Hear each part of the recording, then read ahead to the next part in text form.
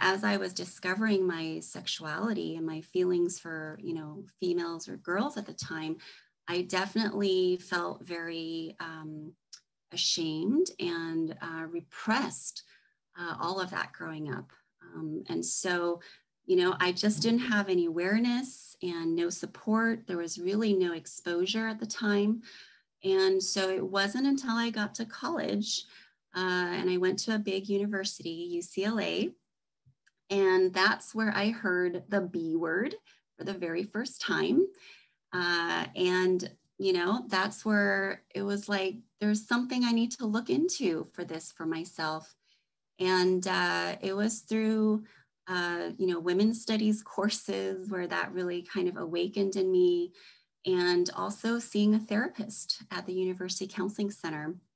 So I was really blessed to have a very bi-affirming therapist who then connected me with a mentor through the LGBT mentoring program at my university. And so I was matched actually with a bi woman of color, a Latinx woman who was also an immigrant, and came from a very traditional family, had a very tough time coming out to her parents. And so it just was so great for me. I felt so normalized and was able to really realize who I was and have this amazing role model. And so through that, I was able to come out, and eventually I helped to create the first bisexual group at my university, which we named Fluid at UCLA. And so that really launched my leadership in 1999. And, kind of fast forward, my activism just grew. I would march in pride events and speak on panels. And later on, as I finished grad school and, my clinical psych degree, I then started AMBI, the bi social group in LA, which is now rebranded and pronounced AMBI as I Am Bi. And then a couple years after that, co-founded the Los Angeles Bi Task Force, which is a nonprofit, and we promote education and advocacy. And I'm still on the board of that. But eventually, I came out to my parents, and it was scary. It was really scary. I knew there was going to be a tough conversation, but because I had already come out, to my community, I had my mentor, and I had another very amazing bi-affirming therapist at that time, as I was in grad school, and required part of training. And so that helped, with my coming out with my parents. And it was hard. It was definitely tough. There were a lot of negative stereotypes, but eventually, just through patience, I was really able to have them understand who I was and accept that. So, my activism grew, my clinical work grew, and, going to the White House in 2013, where I met Ellyn in person. I'd heard about her for many years, but met her. And that really sparked my just awareness about the mental health disparities. As a clinician, it really concerned me. And so when I came back from that, I talked to the LA Bi Task Force team, and we created a needs assessment to see how the LA Bi community was doing. And so through that, we were able to do a study and publish the results, which really highlighted that there still needs to be a lot of training done for health providers, mental health providers. And so really since then, and partnering with the Bi Resource Center and the Bi Health Awareness Month campaign, I've really been doing lots and lots of trainings for health professionals. And I created a bi-affirmative therapist referral list out here in the LA, Southern Cal area. And so that's just continuing to grow for me, and doing workshops and groups, a Bi on Life self-empowerment series. And last year I created a Bi plus women space support group. So, that's kind of leading me to where I am now. And I'm looking forward to hearing from my other co-panelists. Thank you, Ellyn. Great. Thanks so much, Mimi. And next, you're going to hear from our panelist, Khafre Abif. Lafayette, peace. I am Khafre Abif. I currently live in Atlanta, Georgia. I am born and raised in Pittsburgh, Pennsylvania. I just want to share and bring my ancestors into the room. I got to Pittsburgh by way of my paternal grandfather, who was a sharecropper in Mullen, South Carolina. And one fall morning, the owner of the property came out and asked him where his children were. And he said that they were in school. And he told him niggas didn't need an education. And if he didn't have his children on the property the next day, he would kick him off. So that night, my grandfather took the owner's truck and his 7 children and his wife and stole away to Pittsburgh, Pennsylvania. And so I was raised in a really tight knit community with aunts and uncles all over the community. I will share that I'm the first male in my family to receive a college degree, and then went on for a master's degree. And so I just wanted to center myself in my ancestors. I'll share with you that, my activism has gone back a long time because in my early career, I was advocating for children, youth, and families. My master's degree is in library science. And so I started my career as a children's librarian. And I took that path after receiving a BA in Africana Studies because I knew I couldn't be a school teacher because I'd be trying to teach stuff that wasn't on the curriculum. And someone heard me speaking at the University of Pittsburgh, and he came up to me after the event was over and asked me what I was going to do when I finished school. And I said, I'm not sure, but I want to be the next Malcolm. I want to be the next A. Philip Randolph. I want to change the world. I want to build community. And he said, have you ever thought about being a librarian? And I looked at him like, are you crazy? And he said, no, I'm serious. He said he was a librarian in the neighborhood library he grew up in. And it really didn't hit me at the time. But he said, why don't you go speak to Dr. E.J. Josie, who is a professor over at the university, at the library school at the University of Pittsburgh. So I called over there and I made an appointment. And when I went into Dr. Josie's office, he asked me the same question, what do you want to do? And I'm bouncing on my chair saying, I want to be the next Malcolm. I want to be the next Philip A. Randolph. I want to change the world. I want to build community. And we had a conversation and he said, you can do all that in libraries. And I still couldn't see it. And then on my way out the door, I was walking out the door, he said, son, he gave me the application, told me to fill it out and don't worry about the application fee and bring it back on Monday. And I was thinking on my way out the door, I ain't never gonna see this man again. And then before I got out the door, he said, son, and I turned around to him. He said, if you don't remember anything else I told you today, I want you to remember this. The Master's of Library Science degree gives you the credentials to run an institution in your own community. And that's what hit, because I thought there's a library in every ghetto. And if I had the degree, then I'd have the building and I can do what I wanted with the building. And so as a children's librarian, I did just that. I programmed and brought things into the library because I consider the library not just a resource of books, but a resource of information. And I use the library part as a social worker, part as an artist, of course, as a children's librarian, as a storyteller. And I did that work for many, many, many years.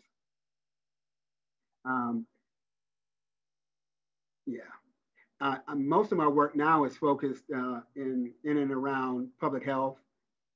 Let me share that I've been living with HIV for 32 years.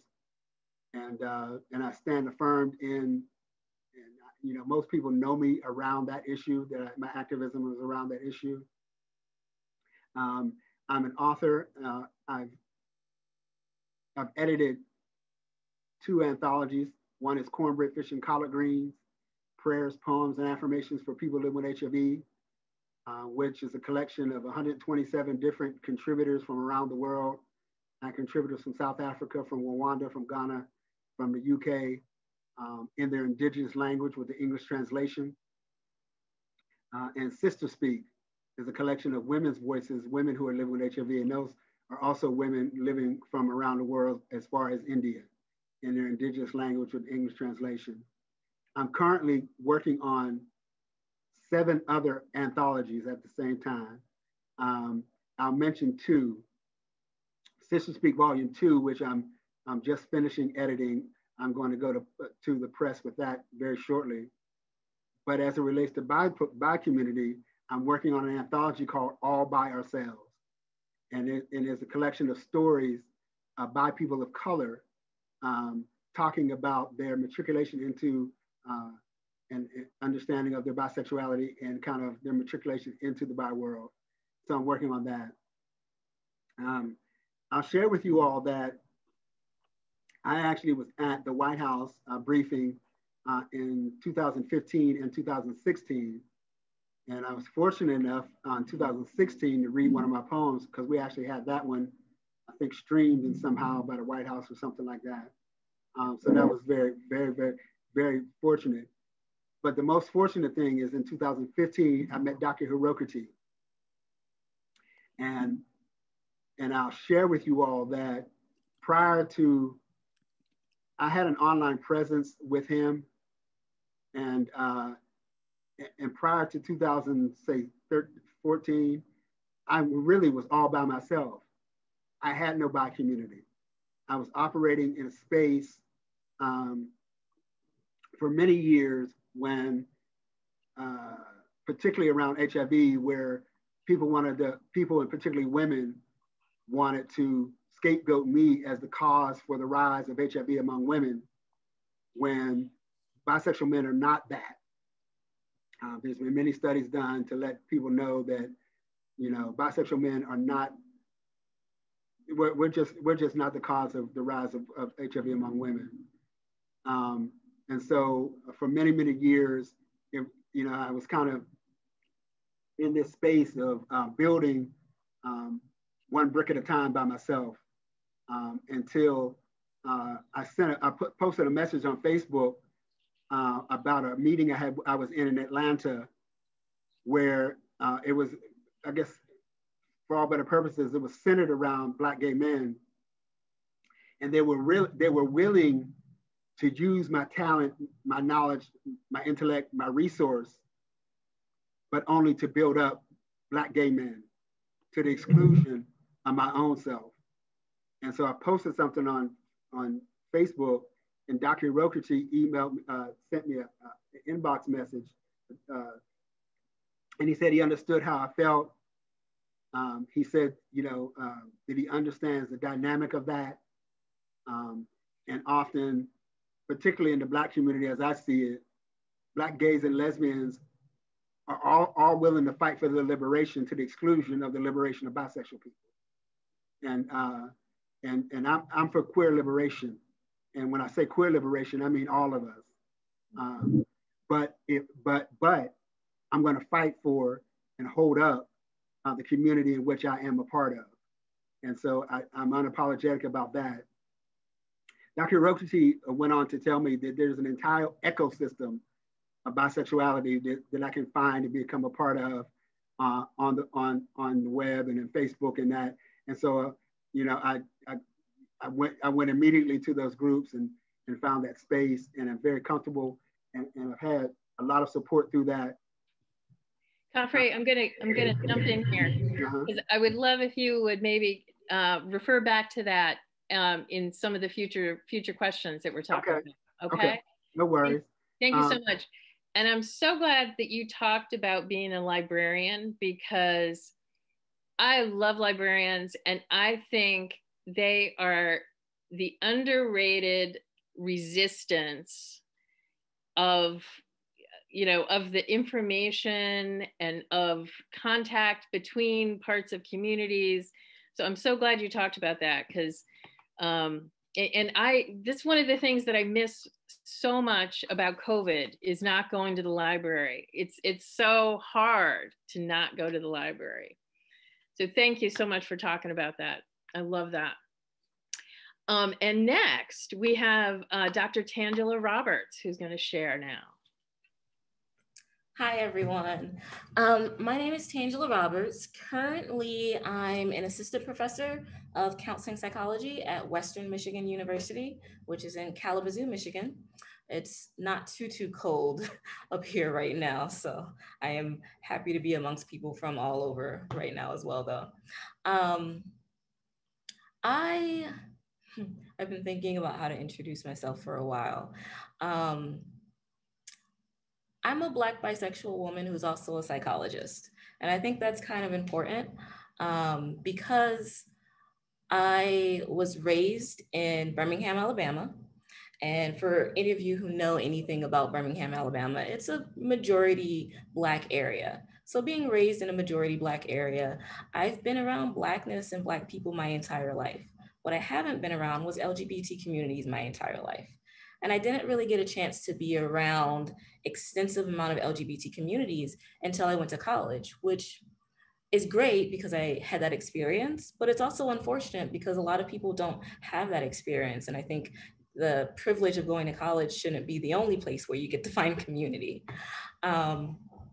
So I have and I am starting to build a career based on those experiences, based on my previous experiences of knowing what it feels like to sort of be either ostracized or ignored or forgotten or outright insulted because of your bisexuality.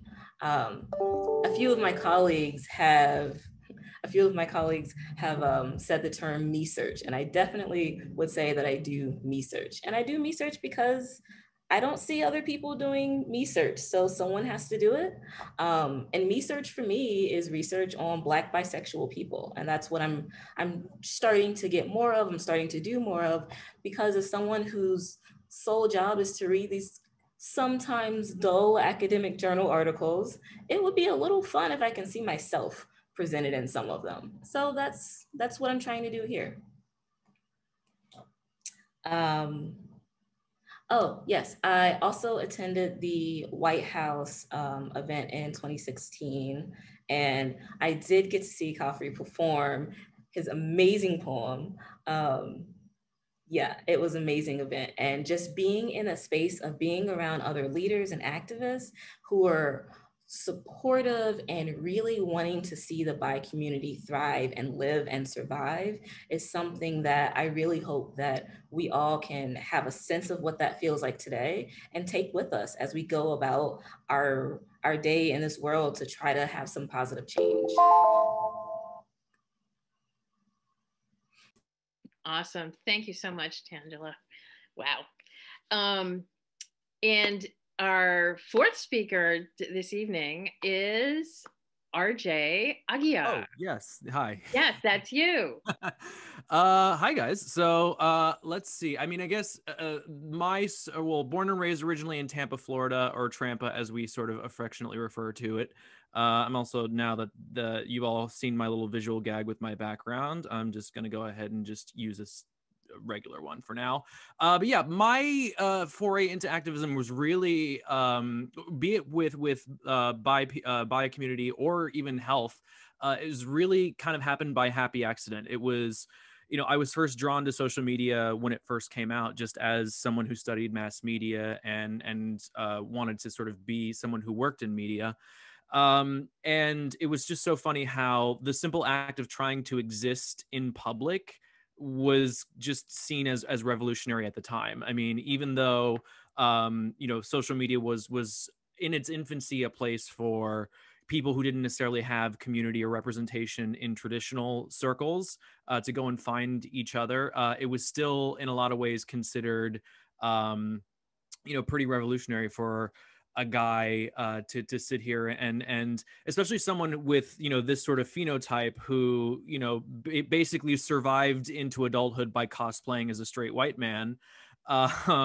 Was interesting, the experience of starting to sort of push against people's assumptions and just try to identify myself accurately in public was seen as just such a weird and revolutionary sort of thing at the time. And really that has just been the bulk of what I've done, even, you know, up until today is really just trying to be seen and be heard in as many different circles as possible, just because you never know who's watching.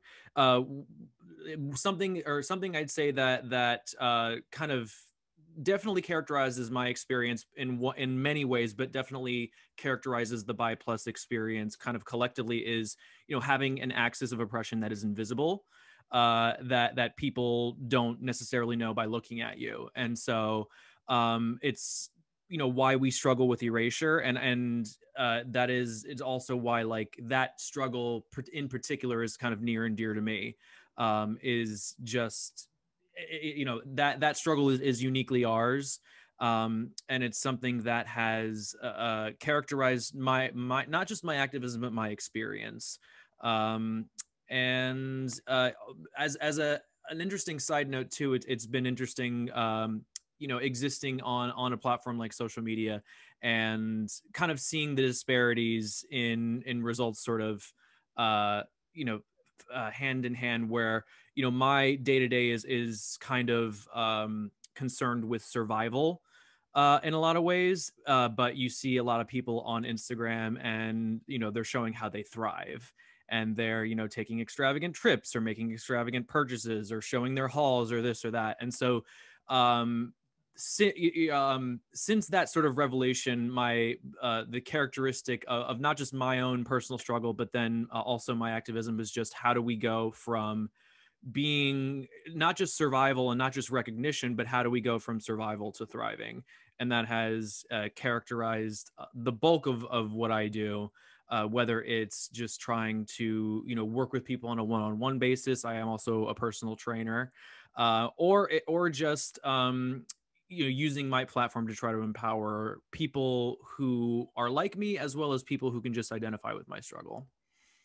And that's all I have to say about that. All right. Thank you, RJ. Great. So wonderful to hear from all of you. One thing I wanted to mention to the speakers, if you wanted to put anything in the chat so that people will have connections to the things that you referred to. Khafre, just one thing, you may want to put the title or two of your anthologies there so they don't forget that. And Mimi, I know you've got a group or two, an organization or two, you might want to put the link in for them as well. So anytime you want to drop that out there so that people can have that to get to quickly. So thank you all for kicking that off. And I am just going to go over, we had our bi plus people of color icons. You can still, since if anybody came in late, if you wanted to put in the chat other people who you hold dear as bi plus people of color icons. I wanted to also just bring into the space a little bit of information. Most recently, the Gallup poll showed once again that the bisexual community is the largest part of the LGBTQ community. Within their poll, they found 54.6% of the LGBTQ plus community is identifying as bi plus. So I think that, you know, let's just admit, like, this is a solid statistic. It's come up over and over and again in the last few years. We are really a big part of the community. And then this is something that HRC had come up with several years ago too, about bi plus youth. And this shows, again, how large a percentage of queer youth who are people of color in their communities identify as bi+. So I think that that's a really important statistic as well to have in our space tonight. And then this is one of our earliest graphics for the Bisexual Health Awareness Month, where it just really shows the really harsh health disparities on anxiety, depression, STI diagnoses, even something like heart disease and cancer risks. And I know that we can talk a little bit more about why this is. Low rate of cancer screening and has been consistently the highest user of tobacco. So that's just something, again, to kind of think about as we're talking about different health issues tonight. So I've got a question for the panel. So many people have noted that how the pandemic has forced a reckoning to acknowledge the economic inequalities that has produced a higher infection rate and death rate due to the virus for people of color. Would any of you like to talk about how that's played out within your own community circles and how those inequalities can also be seen to unevenly affect bi+ people? And for me, I'm thinking of things like bi+ people in poverty, partner violence, depression, and other mental health issues. How are those things happening? But who'd like to start with that? Don't everybody start at once. Sorry. I know for me especially, I would say that I'd say the pandemic was a really, really great illustration of how being subjected to one disparity in some way, shape, or form tends to snowball in virtually every capacity. I mean, especially financial disparities, I would say has been probably in the circles that I travel in, probably the most, or even if you just pay attention on social media, like, being able to Postmate food instead of having to go out and fight people in order to buy groceries is just one of the many ways that, being disadvantaged in one sense tends to just exacerbate not just daily life, but then especially a situation like this. Yeah, I guess to add to that, as a clinician, I work in a couple different settings at a University Counseling Center and also a community mental health clinic. And so I've seen a lot of young people, be forced to move back home. Mm-hmm. So whether you're young or maybe you're just financially less stable or secure, people are moving back home to their families of origin. And, on top of sort of already dealing with COVID and health and the recession and all that, there's that aspect of being out or not out, in your home environment. And so that can be really challenging. I've noticed that, it's usually the folks of color that have struggled the most in terms of, living at home and being accepted in terms of either their sexual orientation or their gender identity. So being trans or non-binary or just gender non-conforming, parents are all up in their business about how they're dressing, how they wear their hair, etc. And so that can be really, I think, an added layer for bi+ folks. And I think for folks who are already living just on their own, maybe they have their own place, there's that sense of really being isolated from any kind of queer community. And so when I started the Bi Women Space virtual support group, people were just so grateful that they could meet and, have this space to discuss, their sexual orientation and really find others who could share their stories. And so, I think that can be really, you know, nice that we've been able to have those virtual spaces like this. Alafia again. Let me say, Black folks are catching hell. Been catching hell, and with this pandemic, things have gotten even worse. Two times the amount of deaths, COVID-related deaths in the Black community. You know, and with the kind of shutdown, it's also a shutdown of services. There's also a shutdown of connection to resources. It's also a shutdown of community, like your church, and in other kind of spaces where you can find solace or you can find support for not only your physical and emotional health, but also your mental health. You know, I'm fortunate I have a computer and I have internet, and I've just kind of done an intake for mental health services that I can do talk therapy, but it's going to be over a computer. Many people don't have that access. And if that's the only way that services are being delivered, then it's excluding a lot of people. You know, this pandemic has shown us, it has shown us kind of the bare nakedness of what our society, what American society looks like, and how we respond to people or humans. And I think that, like Ellyn said, I don't think after this is over, it's going to be easy to turn away from kind of what has been highlighted. We have a long way to go, but in terms of the bi community, myself and Dan Wilson kind of started Bi Plus Georgia, and we had an online event right before this one, but we keep the community. We do online meetings. Our monthly meeting is online. We host activities. In February, we did a Black History Month event where me and Dr. Hirokati were in conversation about our writing and our activism.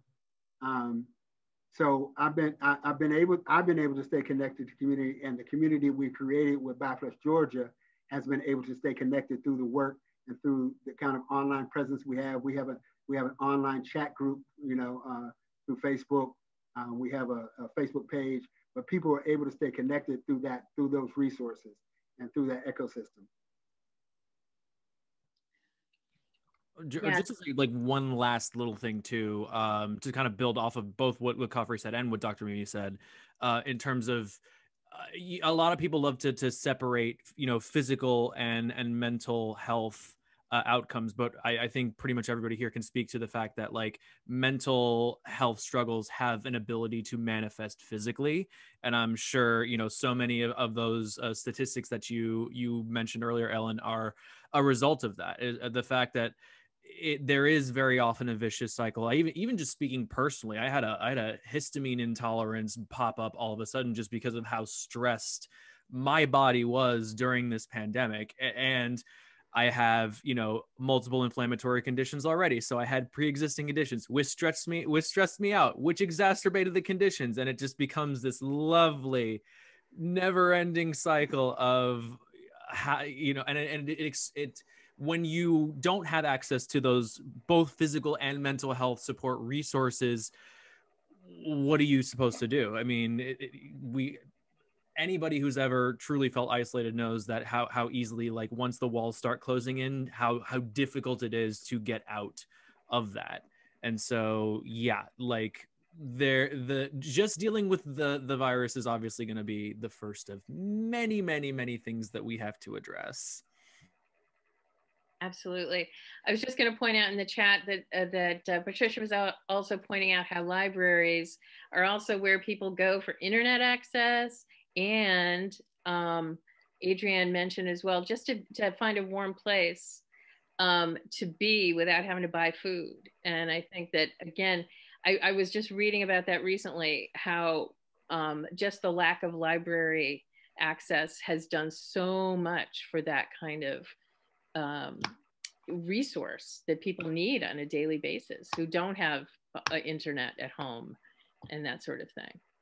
Tangela, did you want to chime in on this one? Yeah, I just want to piggyback on what Khafre said, that Black people and Black communities are, the amount of pain and loss that we've experienced is astronomical.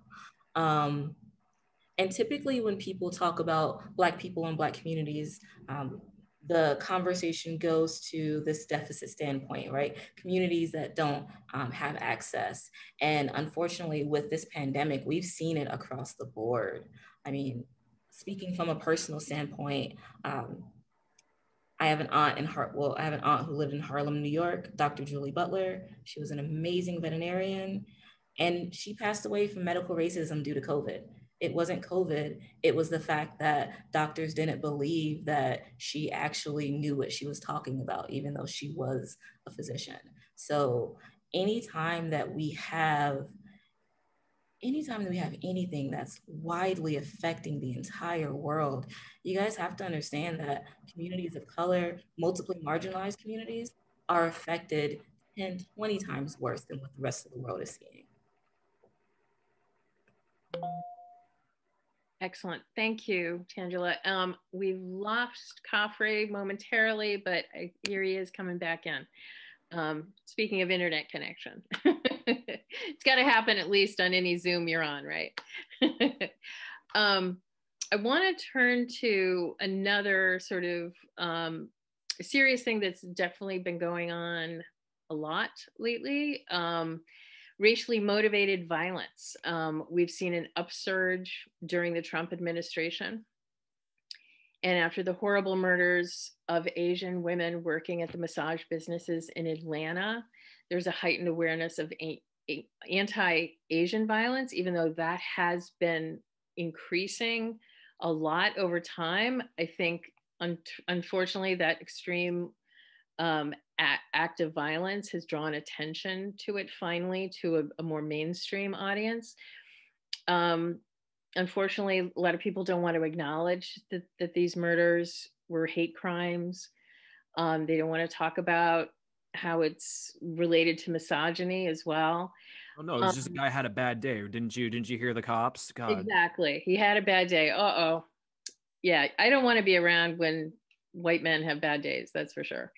But I'm wondering if some of you might want to share your own responses to these hate-inspired violence that's going on, and how that reality is affecting the mental health of people of color, and especially I think of younger people of color as well, how hard it is. Yeah, would somebody like to start with that one? Well, it's just scary. You know, it's, you know, a cross section of racism, sexism, classism. I mean, all of that in terms of the, you know, the shootings in Atlanta. I mean, there's been anti-Asian sentiment always, but, you know, I think it's just, we're hearing about it more now. It's being combined with, you know, shootings. And I think it's really unfortunate that, you know, it's sort of come to this for us to really start talking about these issues again. Luckily, you know, I haven't experienced any, you know, physical or verbal assaults, but I know of people who have, you know, people who've yelled at my friends in parking lots, you know, racial slurs. And I actually had kind of an internet trolling incident last month on one of my social media platforms, and it wasn't on my LGBT content, it was on my racial content. Interestingly, there was a lot of hate and graphic and violent messages aimed at me. And so, you know, we can't take our safety for granted. And so it's really important, I think, to actually talk about these things. And I think in the Asian American and Pacific Islander communities, there's also the language barriers, unfortunately. So, you know, I find when I'm talking to my parents, you know, I have to sort of figure out how I'm going to articulate it or find articles, you know, or in their language in order to help keep them safe. And so I think that can definitely be an issue. But I'm really hoping that we all rise up and support one another, whether you're Black, Asian, Latinx, you know, any ethnicity. It's really about hate. It's really about white supremacy. We really need to support one another in order to fight that. I definitely would agree with that. You know, this racism against Asian Americans, it's linked to Black liberation, and both communities are being oppressed by white supremacy. And until we get to the point where we're, I guess, comfortable saying that out loud and comfortable admitting it, then we can be comfortable working on it. And there are people comfortable saying it, and there are people comfortable that are doing the work, and highlighting the work that's being done is going to be one step in the right direction. And at the same time, we have to open eyes. We have to highlight where we need more people, where we need more support, and where we need more activism too. Yeah, I think Khafre was trying. Oh, yeah, it looked like you were trying to speak earlier. Sorry, yeah, make sure. I would share that Black children learn pretty early in this country that there's no one to protect you, that your body is not sacred. And one of the things that we don't talk about is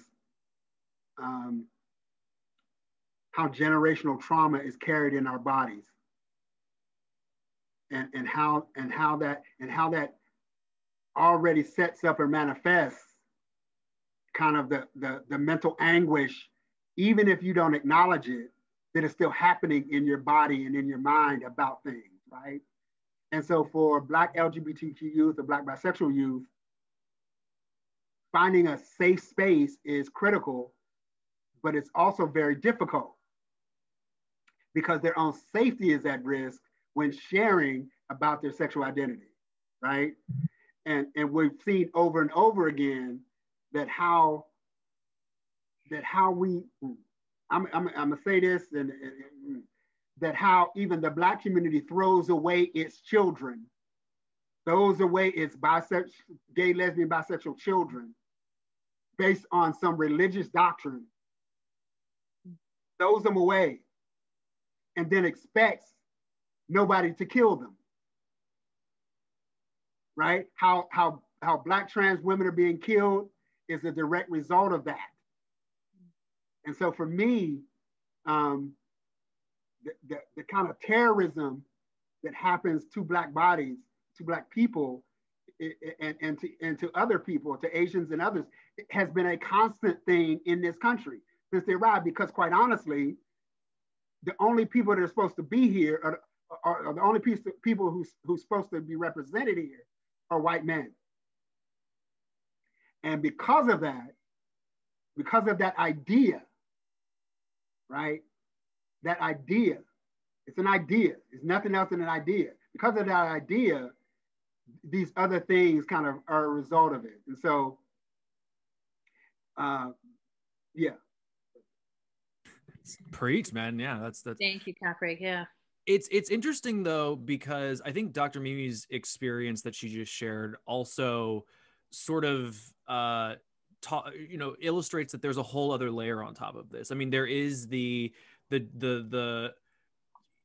whole in person, or not there. There's the intimate sort of person on person disparities that are felt, and the sort of day-to-day violence that marginalized people of all sorts feel, but specifically, I know we were talking about specific intersections, but then there's what I like to call the tragedy industrial complex.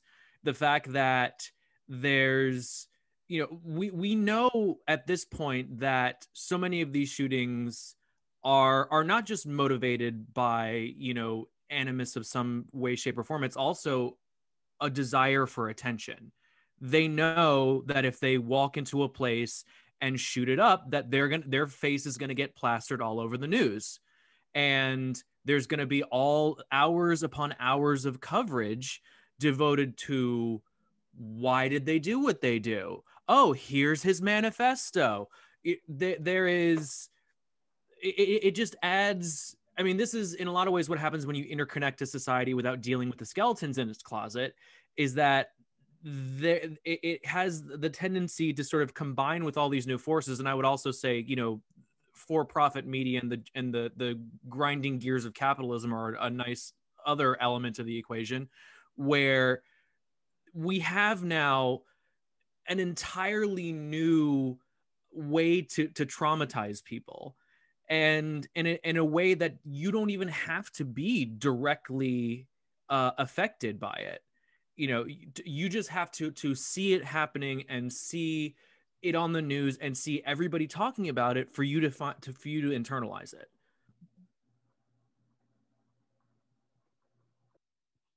Thank you for everybody to responding to that. I know it's a hard topic to get around. I wanted to ask about racism within the LGBTQ world, within the bi-specific world. You know, often those spaces can be predominantly white spaces, and if not in fact, very often in sort of the way that they are situated. Can you speak to your own experience within both communities? What your personal experience has been with racism in LGBTQ and bi community, and if there are insights that we need, the bi community, I think specifically a bi community, of what can we do better? What aren't we doing well enough at to make to provide that welcoming, inclusive space for people of color? That's a big question, Ellyn. It is a big question. I'll speak personally first, and then I think the second part might be more of a professional answer. But personally, at times it does seem like the image, the social image, is that all the people of color are straight and all the LGBT people are white, and that's just what it is, period. And when that's sort of the prevailing image, the first thing that comes to mind is, well, what about the queer people of color who exist at this intersection? Where am I? Where am I visible? And I've had that, you know, personally going to larger LGBT events, and I say larger in quotes of the LGBT community. I always have to say that in quotes. So going to LGBT community events and walking in and looking around and not seeing any representation of anything that looks like me at all. But knowing that this is the representation of what an LGBT event means. And so it kind of leaves you with this question of, well, if this is what people think of LGBT and they don't see me, they're not seeing me. I'm invisible. People aren't seeing me as part of the community. And even more so when you go down into looking specifically at bisexual people as well. Yeah, I very much agree. You know, I think that I used to be the only bi person in the room, just, you know, when I started my activism in the late 90s. But I was always sort of the only bi Asian American person in the room. And, you know, out here in LA, you know, we have West Hollywood, and it's very much a white boys town. You know, it's very affluent, it's expensive. You have to, you know, be a millionaire to afford a home there. And so there's, I think, the financial aspect in terms of some of the community organizing that I've been a part of. You know, a statistic came out recently that organizations led by women of color tend to get less funding. And I've always felt that in terms of, you know, the orgs that I've, you know, been a part of. We've always operated on a shoestring budget, whereas money seems to come more easily when there's white men, whether they're gay, bi, straight, or at the leadership. So, and there's kind of this sense too of kind of almost looking down upon, you know, the nonprofit orgs, the orgs that are struggling. I actually many years ago, this white bi male I was collaborating with, when he found out that this event we're doing was sort of more modest than he thought it would be, he said, "Oh, I guess I won't really help out as much then." And that to me just seemed to really be such a strange sort of, thing to say, because to me, I thought that would mean he would want to help more, but instead it made him help less. And when I was actually going through the internet trolling experience, the people who really came to my aid were white women and men and women of color. They really stood up for me and helped me, rebuild my reviews on my site.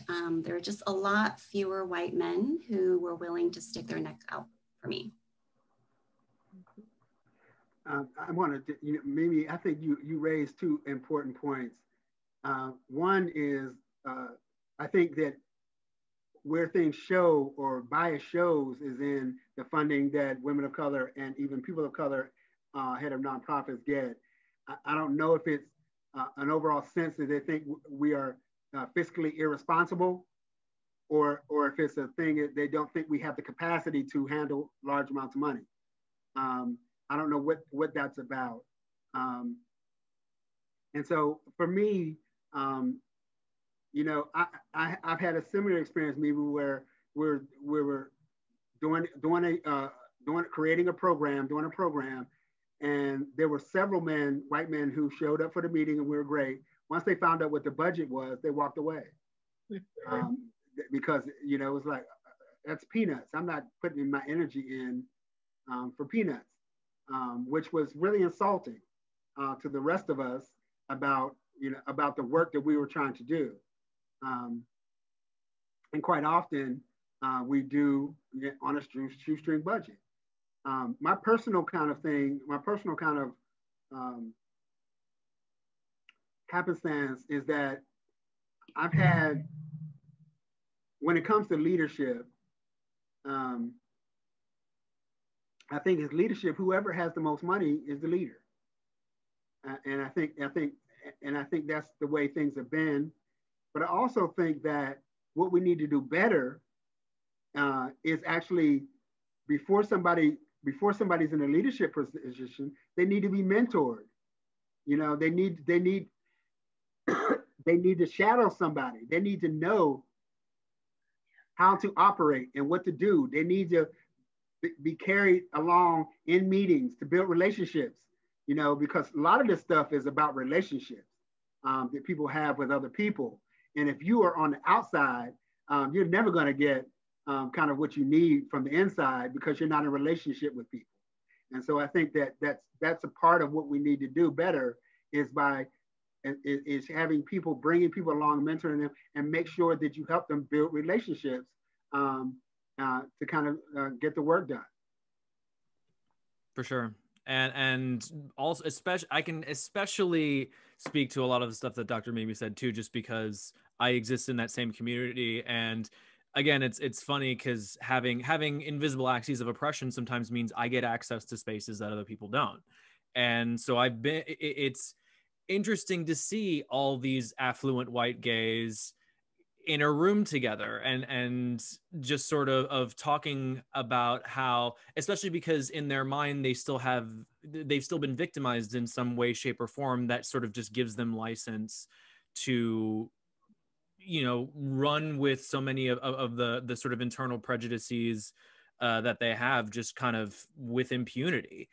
And it's talking also about how, like, in a group where that's diverse by nature, being the LGBTQIA plus community, it's very, very easy for the most privileged voices to dominate the narrative and dominate the purse strings, because they are the ones who have the donations, or the money to donate, I should say. And so the organizations are so much more willing to cater to whatever it is that they want to do, because it's funny, very often the biggest charity cases in nonprofit work are the egos of the people who donate. So it's been interesting, especially on experiences like the Resist March, where, you know, I've been invited in the room just as a nice little sleeper agent, and then get to be like, hey, hold on. And thankfully it's also kind of worked to my advantage as far as, you know, even luckily there have been moments where the sort of more privileged groups have sort of tried to be like, well, how do we be more inclusive and stuff, and they start rattling off all of those sort of tokenistic responses, and I'm like, hold on, wait, no. And then that's where I've talked about too, like it's easy to get bogged down on like cause specific work, and I think that's also one of the sort of biggest, or what's led to a lot of the disparities that we sort of face, you know, people at the intersection of multiple axes, is, you know, when you focus, or when you are doing work that's just cause specific rather than trying to be holistic or take a more holistic approach, you get, you know, the fact that marriage equality was the sort of cause du jour for a couple of years, and then, you know, okay, yeah, it gets passed, and then society at large is like, okay, cool, we're done, equality is done, right, and we're like, no. And so yeah, I think that it just speaks to what I've seen with, you know, orgs that are run more by like people of color, and like I said, people who sit at the intersection of multiple axes, is how much the mindset is totally different. It's taking a much more holistic approach, and not just trying to say, well, how do we advance this cause? It's how do we care for the person as a whole? And that's, I can't wait till we start seeing some high profile examples of these organizations getting to do some really heavy lifting, because I think it's going to create waves in a lot of different ways. Let me say this, you know, if you look at, you know, there was a period where before the marriage equality fight that gay white men were all on HIV and AIDS. You know, that they were doing, I mean, they were running the organizations, they were raising the money, they were doing all of that. And marriage equality as an issue or a cause came along, and they shifted their focus. And during that 8 years, or 6 or 7 or 8 years that they were fighting for marriage equality, the rates of HIV among Black people in this country went through the roof. And so there's a direct kind of correlation to where people's energies go. Those same people that are in charge, that are leaders, where their energies go as a result of what happens to marginalized communities. That's a great point, Khafre. Yeah, definitely gets seen a lot, where the money goes and where it gets changed over different places.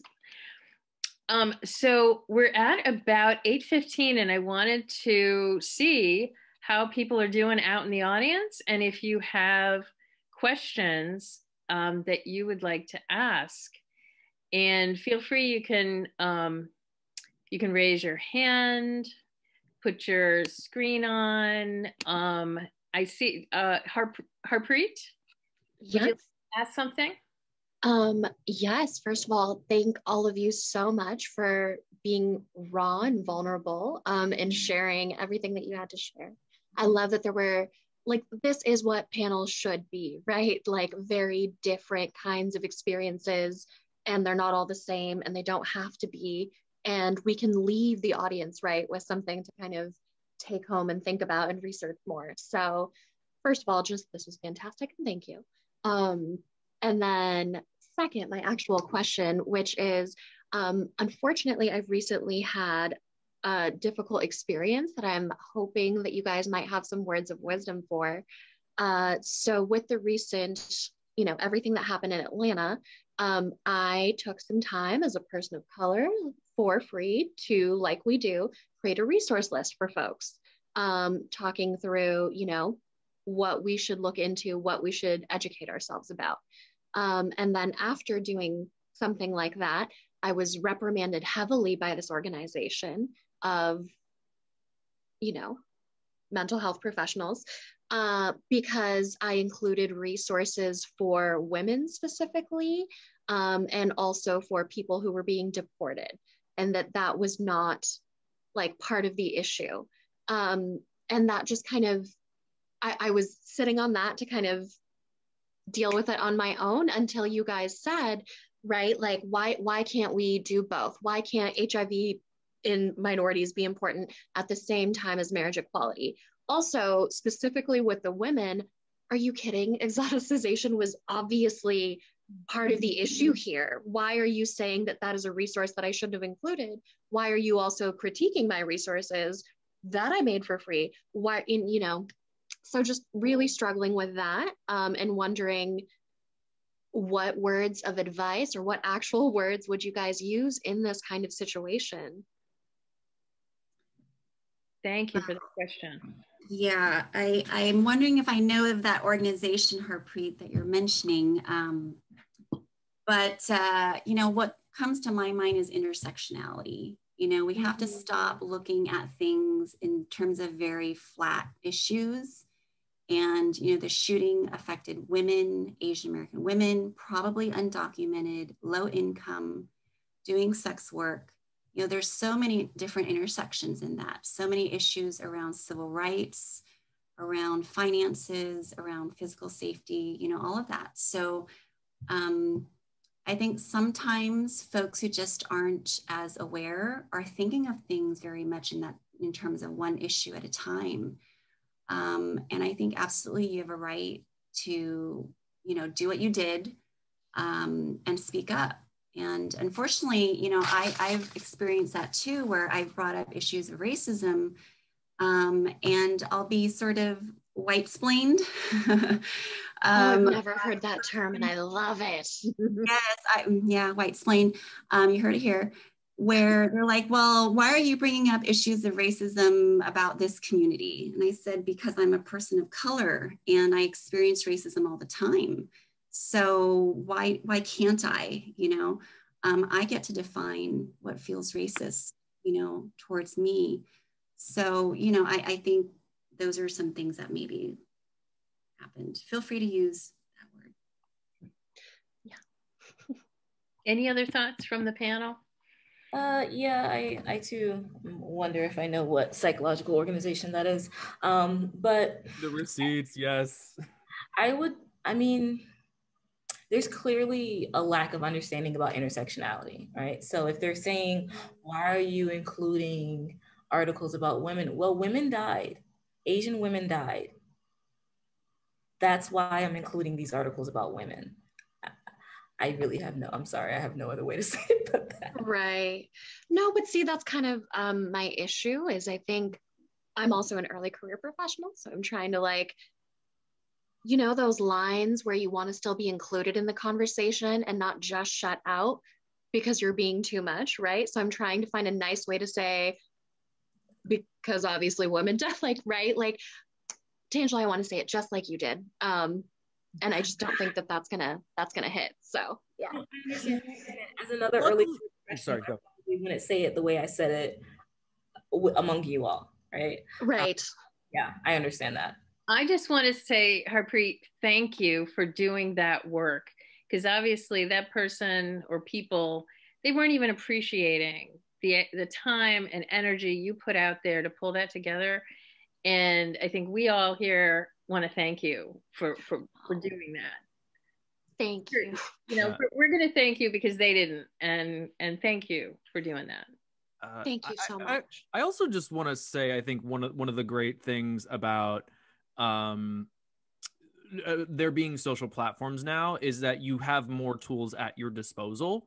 You know, you're not beholden to an organization or an existing group in order to try to get the word out there. And, you know, sometimes also, especially when you find yourself getting shut out for being too much, sometimes it's just time to put it all out in the daylight. You know, not that, you know, maybe I sometimes err a little too often on the side of being a messy bitch who lives for drama, but, but, you know, so much of the reckonings that have happened in recent years have been because people are sharing things that are part of their own everyday, or nothing new, are part of their own everyday experiences. But now, because everybody has a mass distribution device in their pockets, all of a sudden you have so much more of a voice than you did before. And don't be afraid to use it. Put them on drag them. Well, you gotta be careful. Okay. Like I said, I err on the messy beach side. Yeah. Do we have any other questions from the audience? John? Yes, so I'm here from London, UK. Welcome. Well, thank you. So recently in Pride in London in the UK, there was an issue where the director of communications, who is a black bisexual man, stepped down because he felt not listened to, and the racism had just got too much over the years for the community there. I'm like wondering, is that a common, does anybody involved in organizing Pride things feel that that's a similar problem with them in America? Yes. In their places? Well, I would say that's a big issue, to the point that in many cities, there's a Pride and then there's a Black Pride. Because no matter how many times you roll up to a Pride organizing event, you just don't, you can say as much as you want, you can try to be present as much as you want. The program is not going to be inclusive. The program is going to be the program to entertain. Well, they'll bring Black folks in to entertain them, but right, they'll bring Black folks in to entertain you, but they won't in terms of organizing of focus groups or meetings or workshop topics or any other kinds of things that are going on. And so that's why Black Prides have been created in many cities across the country as a result of that kind of dynamic. Yeah, we have one here too. And it's been one of the most inclusive places. Yeah, we have a major going on in Boston right now with Pride as well, and we're gonna have to see how that pans out, because Boston Pride already has Black Pride and Latinx Pride, but still Boston Pride is kind of the umbrella, but they took some really, really bad steps this past year with the Black Lives Matter movement, and they're not going to recover from this, I don't think. Anyway, did we have another question?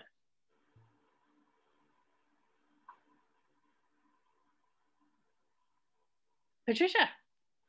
I don't have a question. I just want to share just how great it is to just share space with everyone here, and especially our panelists.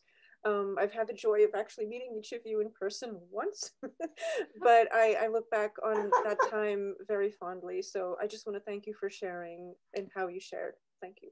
Well, we got to salsa in front of the White House. All right, that was an experience, honey. Yes. Oh, that is awesome. I would like to direct another question to the panel. As I talked about, we're hoping that with the new Biden administration, that we have a more, obviously a better space to continue the work that we started, and that had to be put on pause after 2016.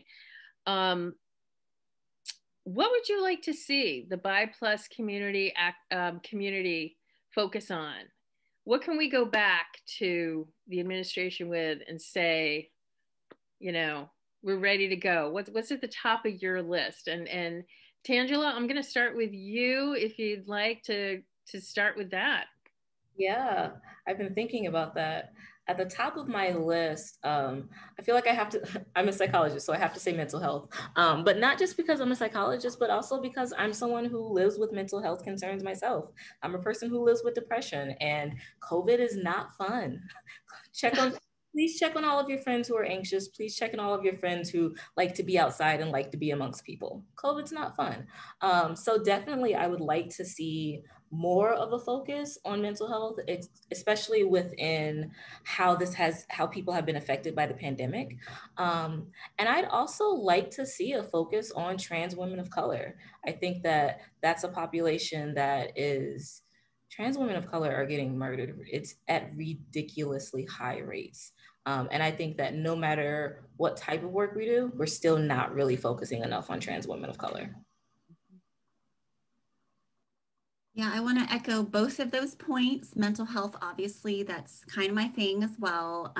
You know, I would love there to be more of that trickling down in terms of what we're doing and talking about nationally. And I don't know if there's a way to really directly do that. Maybe with the new administration, it'll be possible, you know, to connect with those different divisions on the federal level. But, you know, I'm still hearing from lots of BI community members who are, you know, have therapists that are not affirming, you know, and this is a part of our work is we don't do harm, you know, and so I think that's such a crucial part of our work. You know, trans women of color, definitely, it's just crazy what's going on. I think overall, I would just love to see more representation at like every LGBT center, you know, in the country. There's, you know, is there BI programming at every single LGBT center, right? I mean, I think we've seen those statistics as well. They're very, very sad, like 1% is how much we get in terms of funding. Every LGBT center should be celebrating BI Visibility Day. Every LGBT center should be celebrating BI Health Awareness Month. It's a no-brainer. And so I'd love to see those happen. For myself, you know, I'm kind of thinking about Maslow's hierarchy of need. And, you know, I would like to have the HUD secretary at the meeting because housing is an issue across the board. And housing is an intersection that kind of goes on a lot of things. I think, quite honestly, people find safety in their own housing. And if they have safety, one of the things that their mental health might get better, you know, their quality of life might get better, and their stability in terms of their ability to be who they are in their own space would go a long way. So I would love to have the HUD secretary and talk about issues of housing for youth, housing for the homeless, housing for the trans community, and housing for other marginalized communities. Yes. I would say, especially building off of what Tangela said and what Mimi Dr. Mimi echoed, I think we're, as a community that is, you know, kind of waiting to get in the door, but is also, you know, the most diverse slice of the pie when it comes to either racial or ethnic identity, when it comes to gender identity. I think as we're waiting to get in the door, let's look behind us. You know, let's see who's trying to get in the door behind us. And what I would really love to see is us embracing more inclusive messaging when it comes to advocating, you know, on our own behalf and as well as the behalf of others. I think, I think one thing I would love to see, like all LGBTQIA+ organizations do is to start embracing more effective messaging. One of the things, sorry, people are driving loudly on. There's a conversation I've had, and again, this comes from, you know, getting access to certain spaces. I can't tell you how many times I've had a conversation with someone with like, you want me to accept the gay thing? I accept the gay thing. You want me to accept the trans thing now? I accept the trans thing. Now you want me to accept the bot? Where does it end? And then finally it would just be like, don't assume. Don't assume. Don't assume that someone is straight. Don't assume that someone is cisgender. Don't assume. Just don't assume. Another conversation I've had with someone is just like, you don't have to get it. You know, oh, I don't get it. I don't get why someone would you don't have to get it. I don't get yellow cars. Okay, I don't get why you know someone would want to sink an entire Sunday going and singing the same hymns every week. But hey, more power to you. So I would just love to see us trying to embrace more of that kind of messaging where it's not just about us and it's not just about advocating on our own behalf, but thinking about how we can be more strategic with being very much about the rising tide that lifts all boats in terms of our own liberation. Great, thank you. I wanted to bring up just a couple of slides because I just think the poverty statistics for bi+ people are really important to look at, to really digest how, and this, when we think of how our own bi-specific organizations are so under-resourced, you know, a lot of communities, you know, have resources coming from within their community. And that's how often they can get moving and get going. But our community is suffering. This shows you the high percentage of bi+ women who are in poverty. You know, 1 in 5 bi women is in poverty, and the same for bi men, 24%. There's also, when you look at public benefit statistics as well, that bi women are accessing public benefits for a reason, because they are living in poverty. So it's stark. And I really would love, as we hope that the Democrats will be putting more into these economic inequality issues, I hope that we can inject something into that conversation about the reality for bi+ people. This has been such a rich discussion. I am so happy for all of you to be here. And thank you everyone for participating. I will ask Kara if you could throw into the chat again the links. If, as I mentioned at the beginning, our scholarship, our LGBTQ+ scholarship fund, anyone who donates to our Network for Good page over the weekend, all of that funding will go towards our scholarship fund. And if you're interested in, there we go, the links are in there. Thanks, Kara.